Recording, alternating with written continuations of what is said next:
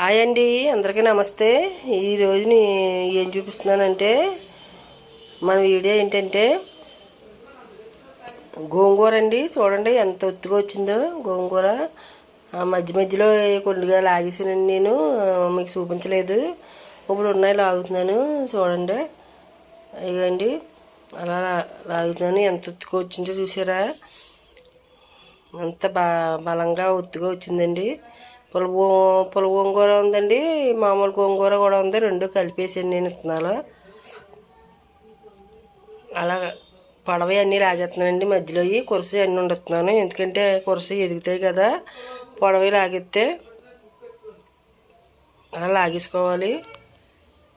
మా వీడియో కానీ నచ్చితే ప్లీజ్ అండి సబ్స్క్రైబ్ చేసుకోండి, ఒక లైక్ చేయండి, సబ్స్క్రైబ్ చేసుకోండి.